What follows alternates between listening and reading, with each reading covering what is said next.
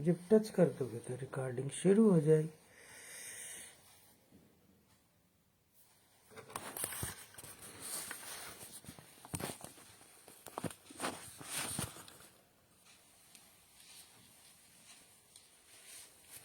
चलो शुरू करते हैं।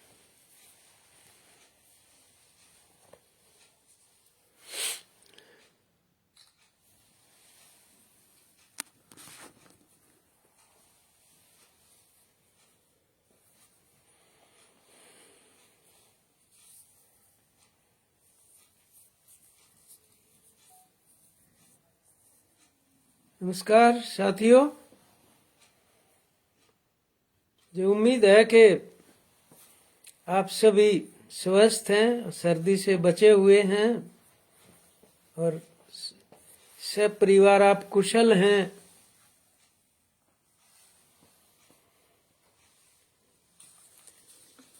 बस थोड़ी सी देर में ही आप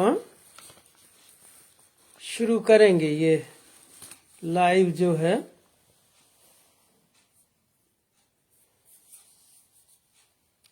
सभी साथी जुड़ जाएं।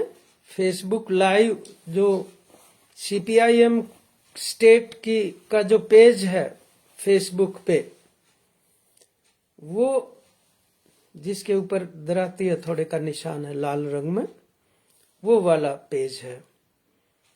उस पे आप जाएंगे तो ये खुल जाएगा। जैसे कुछ साथियों ने खोल के वो जुड़ भी गए हैं, क्योंकि बड़ा महत्वपूर्ण विषय है आज जिस पे बातचीत आप करेंगे।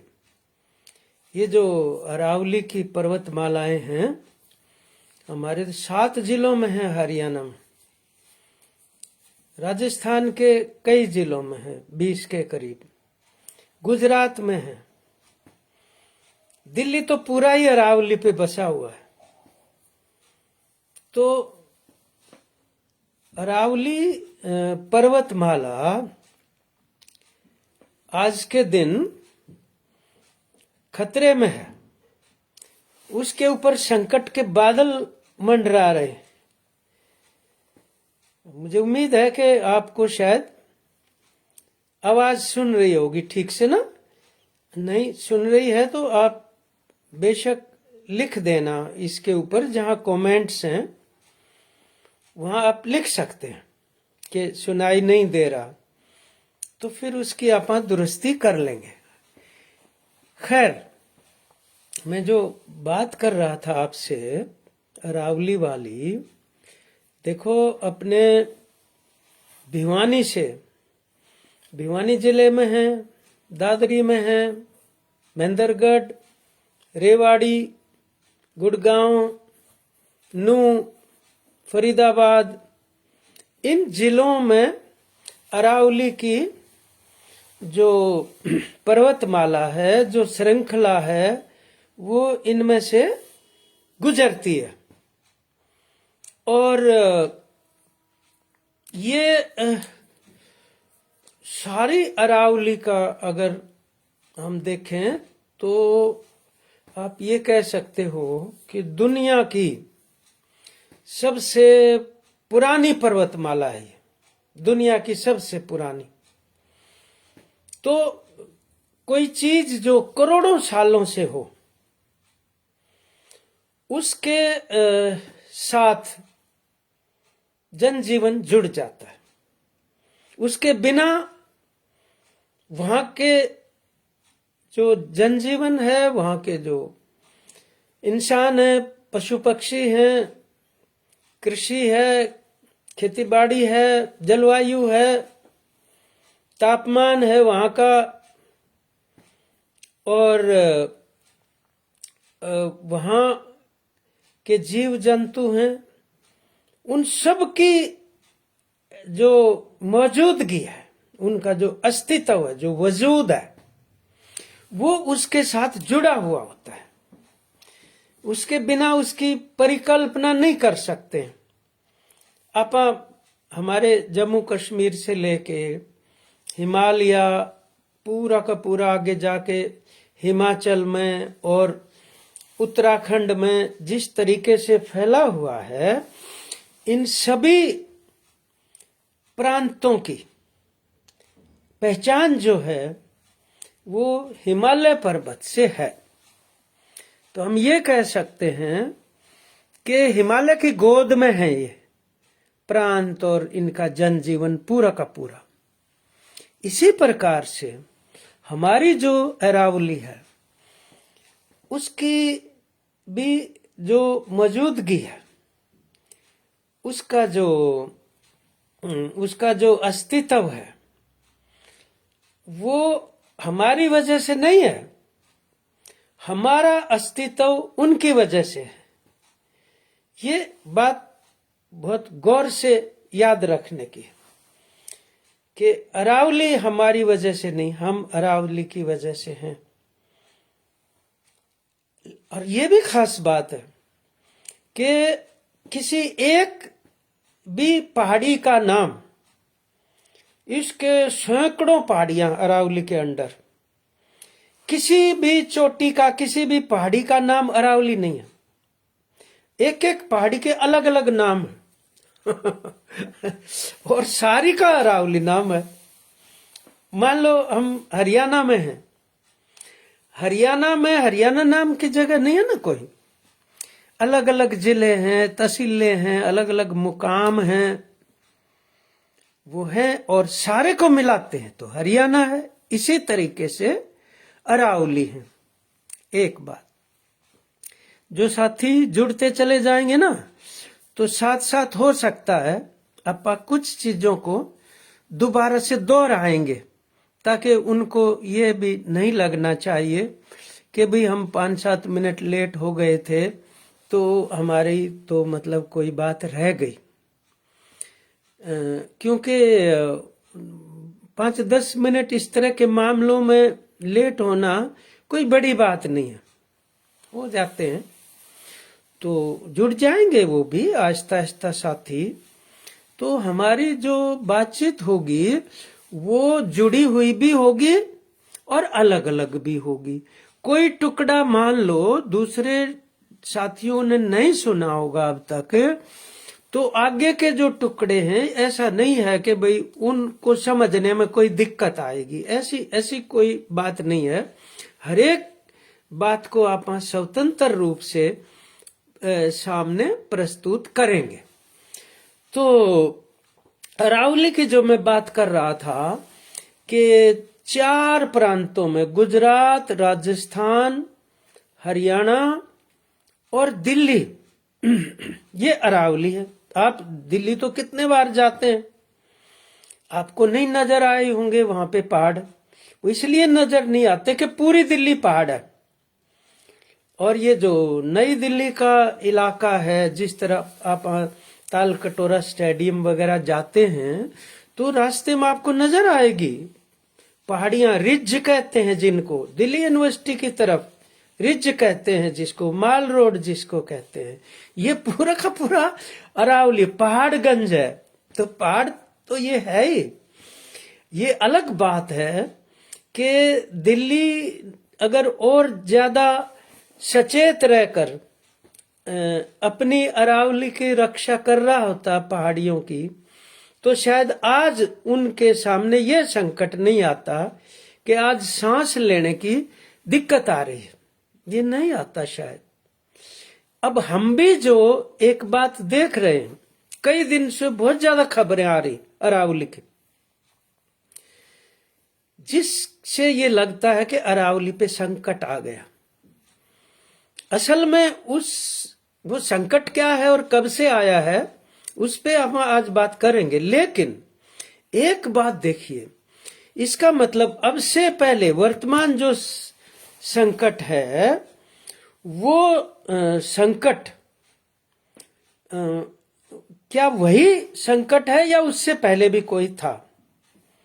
पहले भी था। मैं उदाहरण दे रहा हूं। मान लो आज मनरेगा खत्म कर दिया, तो जब मनरेगा था तब मनरेगा के लिए कितनी समस्याएं पैदा कर रखी थी सरकार ने। इसलिए कर रखी थी कि कल को इनको खत्म किया जाए तो लोगों को ये महसूस नहीं हो कि कोई बहुत बड़ा अधिकार छीन लिया। क्योंकि उन्होंने पहले ही उससे वंचित करना शुरू कर दिया था, उनको लोगों को काम देना बंद कर दिया था। लेकिन एक अधिकार था, अपन चिट्ठी दे के, एप्लीकेशन दे के, जॉब कार्ड बनवा के जॉब की मांग कर सकते थे, यह अधिकार था। इसी प्रकार से आज अरावली खतरे में है, तो इस आज से पहले जो अरावली है उसके ऊपर हमले शुरू हो गए थे। उनके ऊपर गैर कानूनी अवैध खनन शुरू हो गया था, बाकायदा नीचे गहराई तक खोदना शुरू कर दिया था। लेकिन अब जो आया है वो क्या है, मैं आपको बताता हूं। ये अरावली का हमारे यहाँ इसके ऊपर जो हरियाली है, ये इतने लाखों वर्ग किलोमीटर बन जाएगा। ये अगर सारा का सारा मिलाएंगे तो उतने वर्ग किलोमीटर में हरियाली है, वहाँ जीव जंतु हैं, उनके घर हैं, उनके घोंसले हैं, वहाँ पर पेड़ हैं, पक्षी हैं, जड़ी बूटी हैं, घास फूस हैं, पक्षी चरते हैं, लोग वहां जाते हैं, सूखी लकड़ियों को भी लेके आते हैं, उन पे गुजारा करते हैं। वो लोगों का जीवन वहां जुड़ा हुआ है। वहां से धाराएं निकलती हैं पानी की, साफ सुथरे पानी की, छोटे छोटे नाले निकलते हैं जिससे खेती बाड़ी होती है। और वो नाले निकल के हमारा जो भूमि से नीचे का पानी है उसके जल स्तर को ऊपर उठाते हैं। ये छोटी बात नहीं है, ये बहुत हमारा जीवन उसके ऊपर निर्भर है। और अरावली और उसके इलाकों में रहने वाले लोग मिलजुल के रहते हैं। अरावली उनको जीवन प्रदान करती है, अरावली उनकी आजीविका चलाती है, उनकी खेती बाड़ी और पशुपालन का इंतजाम करती है, और लोग अरावली के लिए इंतजाम करते हैं। कोई उसके साथ अपने आप किसी तरीके की शरारत नहीं करते, खिलवाड़ नहीं करते, वो जानते हैं नहीं छेड़ना है इनको।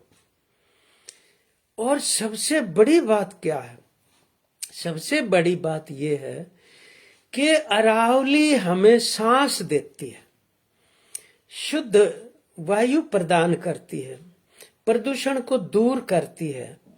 और ये जो राजस्थान की पूरी सीमा है, परली तरफ जो रेगिस्तान है, खुद राजस्थान की अरावली से भी अगर पश्चिम दक्षिण की तरफ जाएंगे तो रेगिस्तान है। और अरावली अगर ना हो ये तो वो रेगिस्तान आगे आ जाएगा। बाकी जो बचा हुआ राजस्थान है, जो रेगिस्तान नहीं है, उसको ढक लेगा, फिर वो हरियाणा को भी ढक लेगा, दिल्ली को भी ढक लेगा, सबको आंट देगा और रेगिस्तान बन जाएगा। फिर कुछ लोग रेगिस्तान देखना चाहते हैं, उनको जैसलमेर जाना पड़ता है। अगर ऐसा हो गया ना तो यहीं देख लेना, रेगिस्तान बन जाएगा। तो ये दीवार है, ये सुरक्षा कवच है हमारा, जो उसको आगे नहीं बढ़ने दे रहा। ये हमारे तापमान को बनाए रखता है। और इससे भी बड़ी बात एक और है कि हमारी जो दक्षिण पश्चिमी हवाएं आती हैं, उन हवाओं को ये अपने आगोश में लेता है। वो हवाएं अरावली से आलिंगन करती हैं और बारिश करती हैं इन इलाकों में, पूरे के पूरे इलाकों। अगर अरावली ना हो, जैसे उधर विंध्याचल के ना हो पर्वत, तो उधर भी ना हो बारिश और आगे को टप जाए, हमारे यहाँ से भी आगे को टप जाए, तो बारिश नहीं, हम तरसते रह जाएंगे।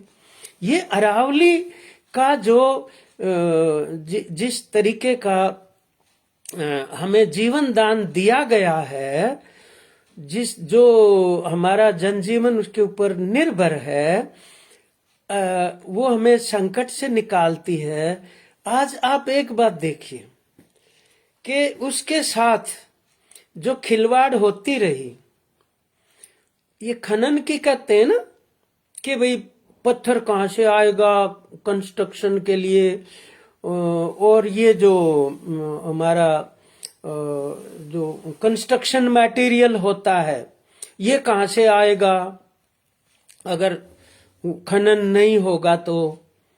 भाई एक बात देखो, पहले अपने जब कंस्ट्रक्शन होती थी, भवन निर्माण होता था, तो खिड़की दरवाजे ये इस तरह के लकड़ी से नहीं बनते थे। लेकिन काफी सारा अब तो विकल्प आ गए ना, कहीं स्टील के हो गए, कहीं लोहे के हो गए, कहीं प्लास्टिक के हो गए, कहीं पीवीसी के हो गए। विकल्प आ गए कि नहीं आ गए? नहीं तो कितने जंगल कटते होंगे आप सोचिए, उससे कंस्ट्रक्शन होती थी। तो ये जो कंस्ट्रक्शन का मटेरियल हम अरावली की छाती को चीरकर जो इस्तेमाल कर रहे हैं, ये खत्म नहीं हो जाएगा। फिर क्या कर लेंगे हम? आने वाली पीढ़ियों को क्या देकर जाएंगे? वो पूछेंगे कि हमने पढ़ा है कोई अरावली होती थी तो हम उनको क्या जवाब देंगे कि हाँ होती थी, हमारे देखते देखते वो खत्म हो गई, खनन हो गया। ठीक, ये किया गया है। और अवैध खनन, एक तो वैध है, किसी कारण से किसी जगह पे कुछ सीमाओं के साथ इजाजत दे दी गई। एक है अवैध और धुआंधार, और जो अब जो मशीनरियां आई हुई हैं बुलडोजर टाइप के, देख के हैरानी होती है कैसे वो धरती के सीने को चीर के और हजारों फुट गहराई पैदा कर देती, और उसमें से फिर पानी साथ के साथ निकालते रहते हैं ताकि और भी ज्यादा भीतर से खोदा जाए ये कंस्ट्रक्शन मटेरियल निकालने के लिए। ये बजरपुर वगैरह जिसको कहते हैं ये मार्बल लगाना है फर्श के ऊपर ना, चिकना होना चाहिए, फलाना बहुत अच्छा मार्बल है अरावली का। भाई दूसरे और कुछ ला लो यार, मतलब प्लास्टर कर लो, ईंटा तो काम चला लो, और क्या है का कोई प्लास्टिक के मटेरियल आ जाएंगे उस तक काम चला लियो। मार्बल चमकन वाला कोई जरूरी है लाना? तो ये चलो 2 नंबर की बात है। लेकिन जो हम अरावली की गोद में बैठे थे और वो हमें सुरक्षा प्रदान करती थी, ये क्या हो गया कि आज उसको नजर लग गई? किसकी नजर लगी है कि आज वो पुकार रही है हमें अरावली कि हमें बचाओ? अपने बच्चों को कह रही है मेरे को बचाओ, मेरे ऊपर हमला हो रहा है। क्या हमला हो रहा है? सोचने की बात। एक छोटा सा उदाहरण देते हैं यहाँ पे। 20 नवंबर, लगभग 1 महीना पहले, हमारे सर्वोच्च न्यायालय ने एक जजमेंट दिया, एक निर्णय दिया। उसमें जो ये सरकार का फॉरेस्ट डिपार्टमेंट और माइनिंग एनवायरनमेंट का डिपार्टमेंट है केंद्र का, उसकी एक तजवीज स्वीकार कर ली, उसका एक प्रस्ताव मान लिया सुप्रीम कोर्ट ने, जिसमें उन्होंने ये कहा था कि 100 मीटर से नीचे की जो पहाड़ियां की ऊंचाई है ना, उनको अरावली नहीं माना जाएगा 100 से ऊपर वाली को ही मानेंगे, उससे नीचे वाली में खनन के लिए अनुमति प्रदान की जा सकती है। क्या बात है, कमाल कर दिया भाई। तो 90% अरावली खत्म, उसमें फिर आप खनन के लिए इजाजत दोगे? तो सरकार ने किसके कहने से कर दिया? हम जो कह रहे हैं किसकी नजर लग गई? कारपोरेट की नजर लग गई इसके ऊपर। वो कितने दिनों से ये चाहते थे कि ये अरावली हमें मिल जाए, हम इसको खोद के तोड़ के पीस के और उसको बेच के मालो माल हो जाए। ये उनकी नजर लगी। तो किसको कहा उन्होंने? अपनी सरकार को कहा।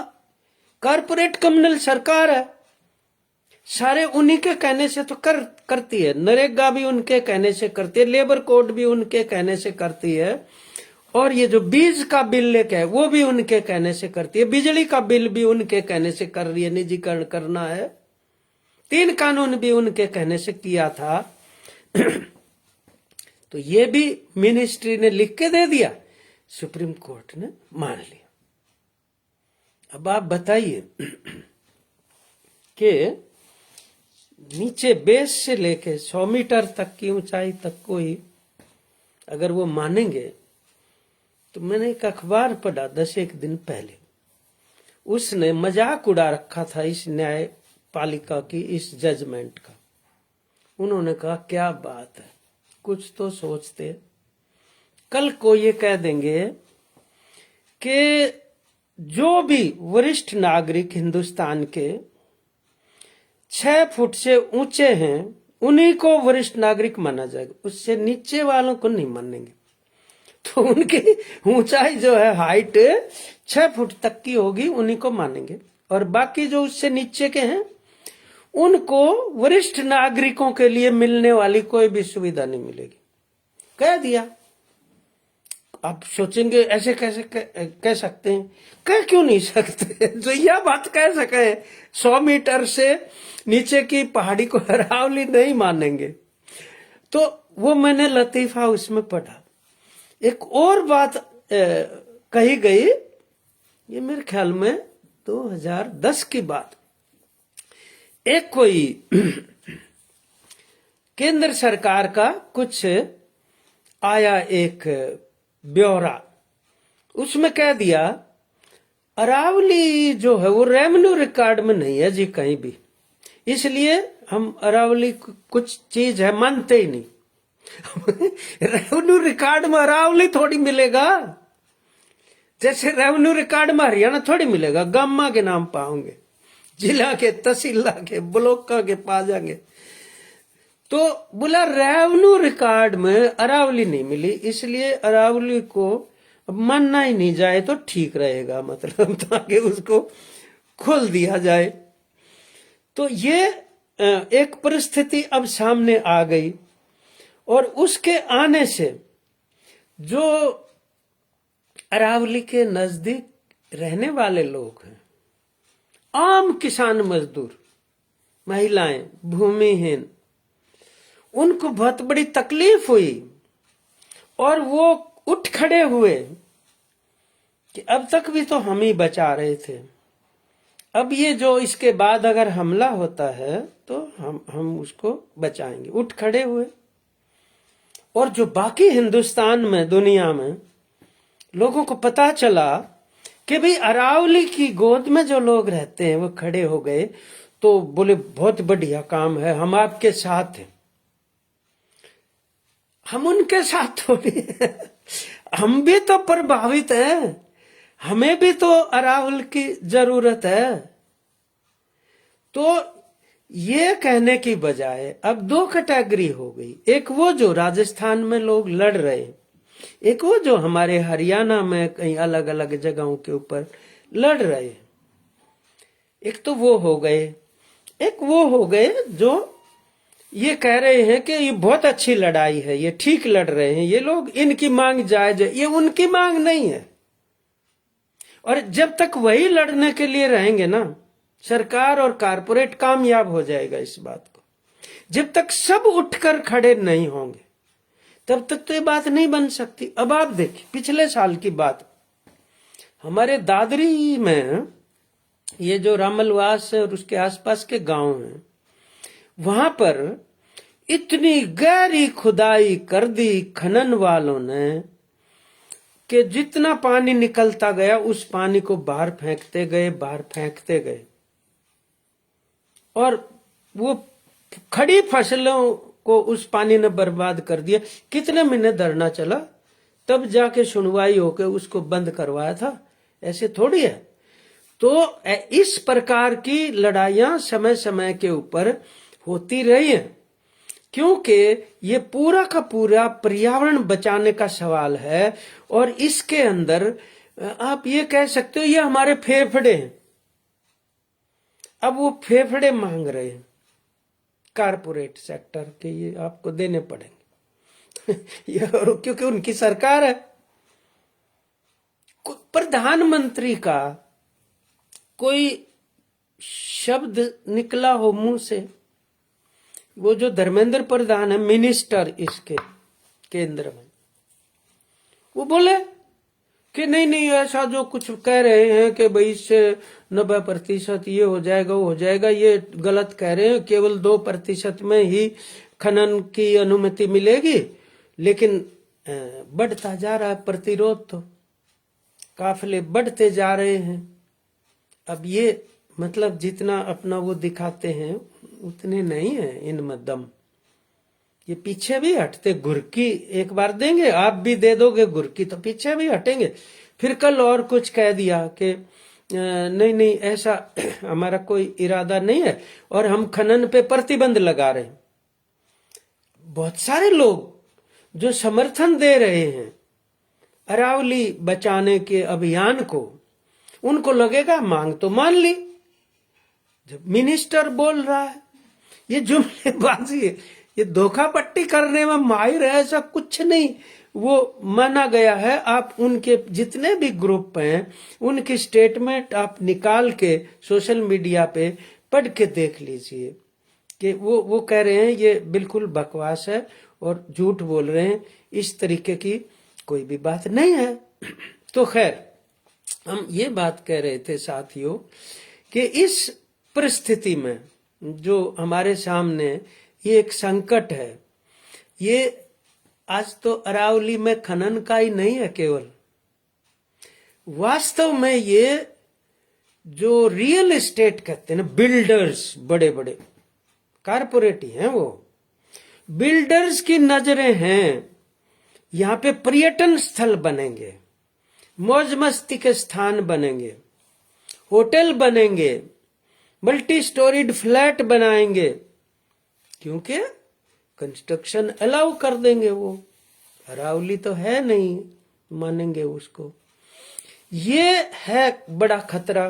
अच्छा, वो भी हो गया मान लो, तो हमारे यहाँ तो शिवालिक है, फिर पंचकुला के ऊपर जो हमारी जिसको सब हिमालयन कहते हैं, उप हिमालय का नीचे का, वो फिर उसका नंबर आ जाएगा। पिछले दिनों पता नहीं रामदेव को किसको खट्टर साहब ने अलाउ कर दिया था, कितनी एकड़ वहां पे, कितने ही वहां पे जाके कोई के पहले धर्म के नाम का आडंबर करेगा, कोई फिर किसी दूसरी चीज का नाम लेके करेगा, फिर तीसरी का, और उसके बाद आहिस्ता आहिस्ता वहां पे ये होने लग जाएगा। ये इनके तरीके हैं।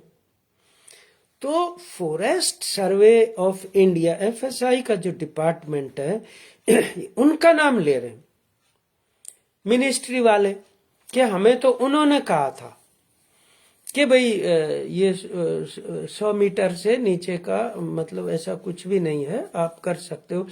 कल उन्होंने कह दिया हमने तो ऐसा कोई अध्ययन नहीं किया, खामखा हमारा क्यों नाम ले रहे हो उसके अंदर। ये एक उसका एंगल है। तीसरा, जब ये आप समझ लो कि जब इसको कॉरपोरेट इसके पीछे पड़ गया, तो कल को क्या, पहले हमारे बीज के ऊपर, हमारी भूमि के ऊपर, हमारे पानी के ऊपर, हमारे जंगलों के ऊपर वो पहले से ही नहीं क्या पीछे पड़ा हुआ। तो ये सारी लड़ाई एक तरह से आपस में जुड़ी हुई है। आज एक लेख पढ़ा अखबार में, उन्होंने पूरी जानकारियां दी हैं बहुत अच्छी अरावली को लेकर, और आखिर में 2 लाइन लिख रखी। बोले प्रधानमंत्री जी को जरूर पता चल गया होगा ये, क्योंकि वो बहुत प्रकृति प्रेमी है, और उनको पता चल गया ना, फौरन रोकेंगे इस बात को। अच्छा भाई चलो, प्रकृति प्रेम का भी बेड़ा पट जाएगा। इसके अंदर वो शायद कटाक्ष में लिखा होगा, मुझे जहां तक लग रहा है, बाकी तो ऊपर तक बहुत सारी आलोचनाएं उसके अंदर लिखी हुई थी।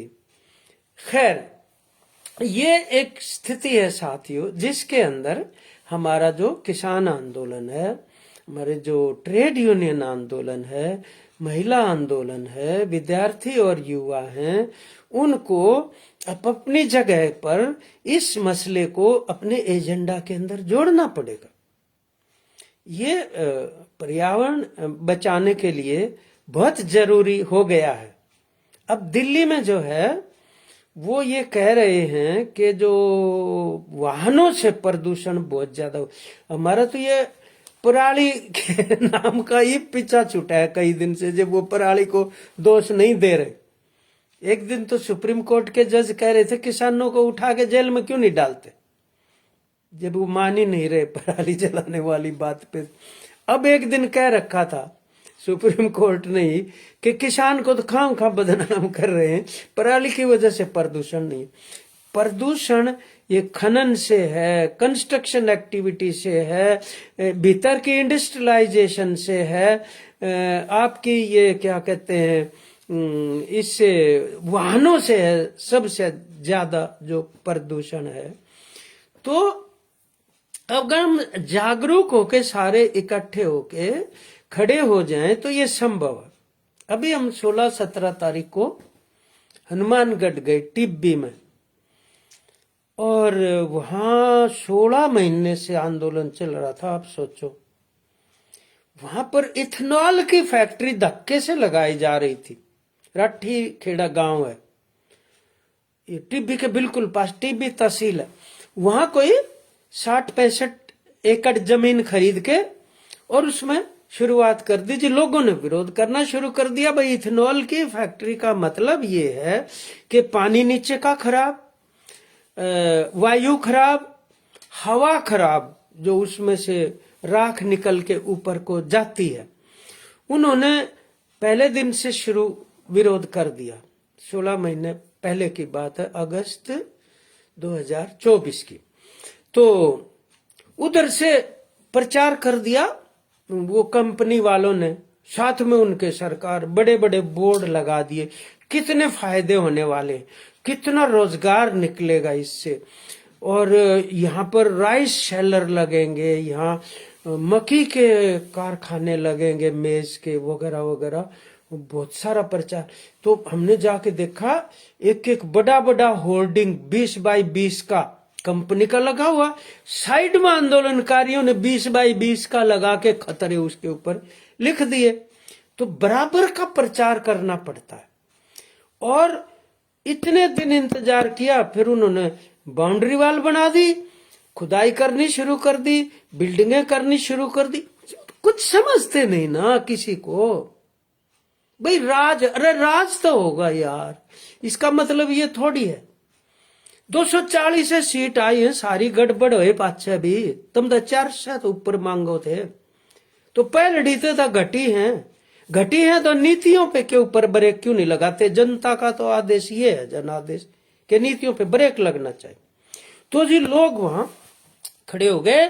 10 तारीख को हजारों की संख्या में आदमी, औरत, महिलाएं, बच्चे इकट्ठे हो गए और ये संदेश भिजवा के डिप्टी कमिश्नर यहाँ पे आके हमारे से बात करे। डिप्टी कमिश्नर सत्ता के नशे में चूर थे, और सत्ता के नशे में चूर जो सरकार थी उसके वो निर्देश मान रहे थे, उसका अपने आप को नौकर मान रहे हैं वो पब्लिक सर्वेंट। लोगों ने कहा तुम हमारे सर्वेंट हो, ये लिख रखा संविधान में, तो हमारे कहने से आ क्यों नहीं रहे?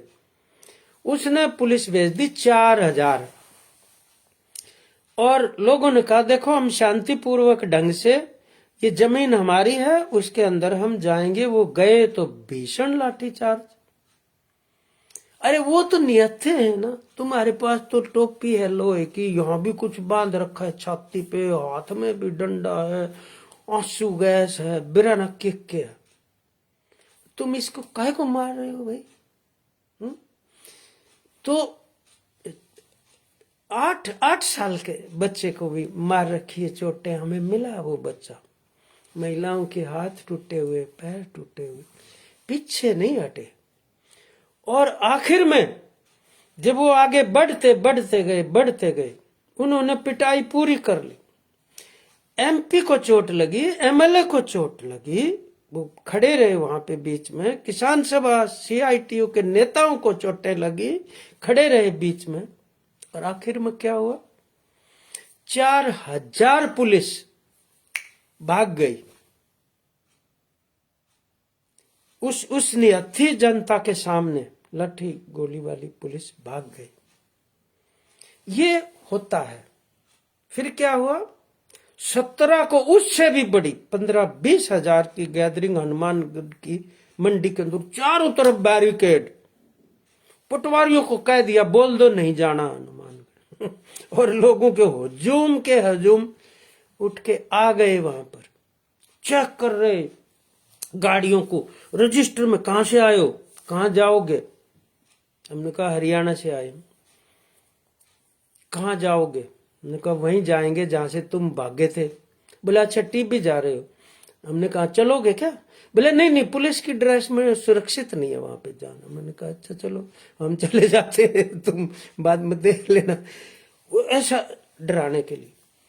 और 5 घंटे वार्तालाप चली। वही डिप्टी कमिश्नर आईएएस, अकेला नहीं, कम से कम भी 4 आईएएस और 4 आईपीएस संघर्ष समिति के साथ नेगोशिएशन करी, बातचीत करी 4 घंटे। और आखिर में ये लिख के दे दिया कि हम सरकार को ये लिख के भेज रहे हैं कि पर्यावरण के कारणों से यहाँ की जनता ये नहीं चाहती कारखाना लगे, इस पे पुनर्विचार करो। और उससे अगले दिन मालिकों ने कह दिया हम टिब्बी में कोई फैक्ट्री नहीं लगाएंगे और हम पूरे राजस्थान में भी इथेनॉल की फैक्ट्री नहीं लगाएंगे, ये भी घोषणा कर दी। जीत हुई कि नहीं हुई। इस तरीके से जब हम उसको ये मान लेंगे कि ये अपना जीवन से जुड़, हमारा भविष्य है, अरावली हमारी है, हम उसके साथ जुड़े हुए हैं, अपना मान के फिर अगर कोई एकता की जाती है, उससे बड़ी कोई ताकत नहीं है दुनिया की जो धक्के से जो है किसी तरीके से भी उसको दबा सके या उसकी उपेक्षा कर सके। ये बात है साथियों। तो जहां जहां भी वो जिले भी जहां अपने 7 जिले पड़ते हैं, उन साथियों से भी विशेष अनुरोध है। और जो जन संगठनों के साथी उन जिलों में जिनकी इकाइयां हैं, वहां भी जाके उनको संगठित करने की जरूरत है और उस पूरे अभियान का हिस्सा बनने की जरूरत है जो बड़ा मोर्चा वहां पे लगा हुआ है। और अपनी जगह के ऊपर भी जहां जहां भी हैं वहां पर भी आप इसके पक्ष में खड़े हों, बचाव करने के लिए उठ खड़े हों और प्रस्ताव पास करें, प्रेस नोट दें, प्रदर्शन करें, भूख हड़ताल करें। अभी हुई थी परसों भूख हड़ताल, तो शाम के पहाड़ के ऊपर अपने साथी गए थे, वहां किसान सभा के भी दूसरे साथी भी उस भूख हड़ताल में बैठे थे। ये तौर तरीके से अपना ये कार्यक्रम जो है वो आगे बढ़ना चाहिए। आज की जो बातचीत है उसका यही उद्देश्य था। इसको भिन्न भिन्न तरीके से आप अपने अपने पर्चे छपवा के इसके जो खतरे हैं वो वहां देने की जरूरत है। तो हमारी ये मांग है कि एक तो ये जो सुप्रीम कोर्ट वाला जो निर्णय है, चीफ जस्टिस आए थे परसों किसी टीवी चैनल पे इंटरव्यू दे रहे थे, वो भी कह रहे थे ये भी हो सकता, अभी ये रास्ता वो रास्ता। भाई साहब ये रास्ते आपको पहले सोचने चाहिए थे ना जब आपने ये निर्णय सुनाया। तो ये अभी भी इसका रिव्यू होना चाहिए, इसकी पुनर्याचिका वहां पे दाखिल हो, ये हमारी मांग है। और ये अवैध खनन जो है तुरंत प्रभाव से रुकना चाहिए और ये निर्णय भी जो 100 मीटर वाला निर्णय है ये भी रुकना चाहिए। और अरावली को न केवल बचाया जाए बल्कि उनको दोबारा से पहले जितनी हरियाली वो थी वो होनी चाहिए। देखो आप गुजरते हैं ना, जब गुड़गांव से फरीदाबाद जाते तो उस पहाड़ी का नाम है गवाल पहाड़ी, वहां से गुजरते हुए कितनी गायें वहां पे मेवात के इलाके में चरती हुई वहां पे नजर आती हैं। और ऐसा लगता है जैसे हम मतलब 15 मिनट में ही पहाड़ों के नजारा देखने को ले लेते हैं वहां पे 15 मिनट में, गुड़गांव से चलते ही फरीदाबाद की तरफ। ये है जो सिनारियो है वहां पे। तो ये हम इस बात का एहसास करें साथियों, अहद करें, रिजॉल्व करें और मिलजुल के इस जन आंदोलन का हिस्सा बने। मुझे लगता है कि आप को जरूर कुछ चीजें स्पष्ट करवाने में मेरे को कामयाबी मिली होगी अलग अलग मौकों के ऊपर, इससे संबंधित चीजों पे फिर भी आप ये बातचीत करते रहेंगे। किसी साथी ने कोई अगर कुछ लिखना हो तो आप लिख के भी पूछ सकते हैं। साथी राजकुमार सिरसा से लिख रहे हैं, राजस्थान में 3 साल में 2 करोड़ से ज्यादा पेड़ कटे, बताओ। अब कहते हैं एक पेड़ माँ के नाम से लगाया है और ये इतने करोड़ की के नाम तो काट दिए। तो ये करोड़ों करोड़ वहां पर रेयर पौधे, रेयर जीव जंतु हैं जो आमतौर पे नहीं मिलते हैं, और आप तो जीव जंतुओं की रक्षा करने वाले। हमारी ये जो घरों में चिड़िया आती है ना, ये बंद हो गई थी बीच में, कई साल नहीं आई, अब आने लगी। ये घरों में इसलिए आती हैं, महिलाएं उनको चूरा और दाना खिलाती हैं, उनको मालूम है कि कहाँ पे जाना है। मतलब तो ऐसे साथ मिलजुल के ही तो रहते हैं। अपन जब रखवाली करने जाते थे बाजरे की और आवाज कर देते थे इस तरीके से पटाखे की ताकि वो भाग जाएं, पक्षी जो बाजरे की वो बाल होती थी सिट्टा, उसके ऊपर बैठ के खाते थे ना, तो कई बार अपने बुजुर्ग यूं भी कह देते थे एक आधा खा लेने दो, ज्यादा वो मत करना, इनका भी हिस्सा है हमारे इसमें। ये रुख रहता है देहात का, किसान का वो जिनके साथ जीवन है ना उनका, उसको नुकसान नहीं होने देते कभी भी। तो ये उदाहरण हमारे जीवन में कितने ही हैं इस प्रकार के। तो ये है साथियों, माधव कह रहे हैं capitalism is a cause of all the destruction of nature. हाँ बिल्कुल, मतलब कैपिटलिज्म पूंजीवाद जो होता है ना, ये तो कार्ल मार्क्स ने भी कहा कि वो प्रकृति के लिए भी बहुत बड़ा खतरा बन जाता है। मुनाफा ऐसी चीज होती है, उसकी हवस जो है ये साथियों ने लिखा है। तो उन्नाव पर आप प्रकाश डालें। ये उन्नाव के जो छुटे हैं ना रेपिस्ट जो है, रेखा जी कह रही हैं ठीक बात है।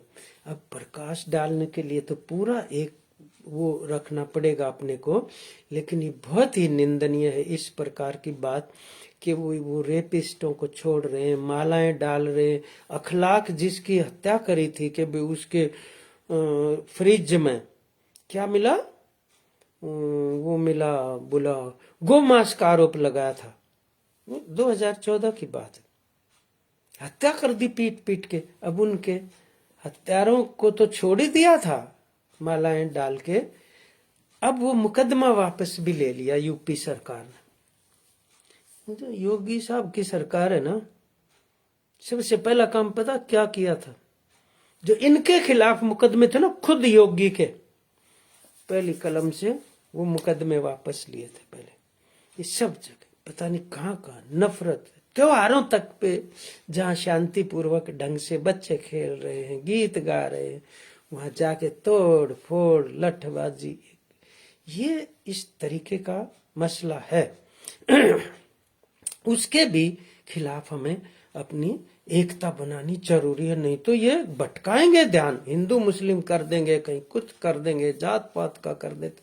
बिल्कुल सावधान रह के और अपनी पूरी की पूरी एकता को मजबूत रखना है साथियों।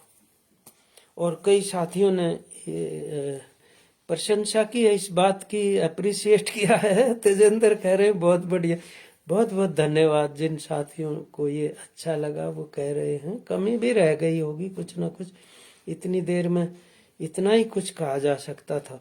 आपकी अगर इजाजत हो तो अपन समापन इसका कर सकते हैं। अगर कोई और कोई साथी लिखना चाहता हो तो 1 मिनट और सही, चलो। क्योंकि बात ये है साथियों कि अभी आज हो गई 26 तारीख, 4 दिन के बाद नया साल शुरू हो जाएगा। तो हमें पूरी उम्मीद है कि ये जो चुनौतियां जिस तरीके से खड़ी की गई है ना ये 2025 के साल में, वो बहुत खराब हैं हमारे देश की जनता के लिए।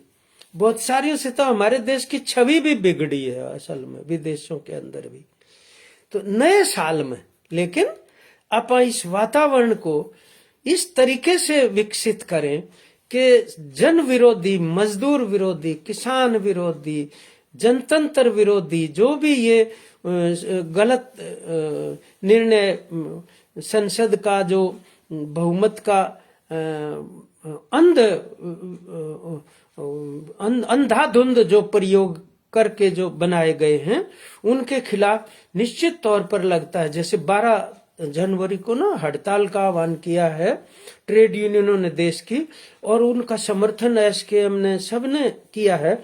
वो मेरे ख्याल में बहुत बड़ी एक ऐतिहासिक हड़ताल होगी। तो नए साल में चुनौतियां जरूर, संभावनाएं भी बहुत अच्छी हैं। उसके लिए आप कमर कसें और नए साल के आगमन के लिए आप तैयारी करें। वो हम सब के लिए नया साल जो है वो खुशहाली लेकर आए, खुशी लेकर आए, नई हमारे लिए मतलब प्यार मोहब्बत के का वो सिद्ध हो नया साल। वो ऐसी हम आप सभी साथियों के साथ कामना करते हैं। बहुत बहुत धन्यवाद। लाल सलाम। ठीक है, मुझे लगता है ठीक हो गया। और कोशिश करें, किसी ने रिकॉर्ड किया होगा तो ये शायद। बिल्कुल, महिपाल शोरान कह रहे हैं हम उनको कामयाब नहीं होने देंगे। सही बात है। क्रिसमस के मौके पर गुंडागर्दी की रेखा जी जो हैं वो निंदा कर रही हैं। निश्चित तौर पर देखो ऐसे थोड़ी ना होता है। अब हमारे मुल्क के भी बाहर मुल्कों में हमारे कितने लोग रहते हैं, हमारे बच्चे, हमारे जानकार, अगर उनके साथ कोई ऐसा करने लगे वहां पे होली दिवाली पे, हैं, उचित थोड़ी ना है। और ये कोई बाहर का थोड़ी ना धर्म है, हमारे देश में ही पैदा हुआ ईसाई धर्म है, यहीं इस्लाम धर्म पैदा हुआ है, यहीं हिंदू और बुद्ध धर्म पैदा हुए हैं, जैन धर्म पैदा हुए। ऐसी विविधता हमारे यहाँ तो है, वो विविधता खत्म नहीं होने देनी चाहिए किसी भी रूप में। तो ये है, हिसार में भी कुछ घटनाएं ऐसी हुई हैं, वो भी बड़ी निंदनीय है, और वहाँ के नागरिकों ने उनका विरोध भी किया है। ये बात सही है। सरकार की मोनोपोली नहीं चलेगी, सरबत पूनिया प्रधान जी कह रहे हैं। बिल्कुल नहीं चलेगी जी। इनके यहाँ तो 29 तारीख को बहुत बड़ी महापंचायत है, वहां पर भी इसकी पूरी तरीके से चर्चा करेंगे साथियों। ठीक है, तो इसी के साथ इसका समापन करते हैं। खाना पीना खाएंगे। धन्यवाद। गुड नाइट, नमस्कार, लाल सलाम।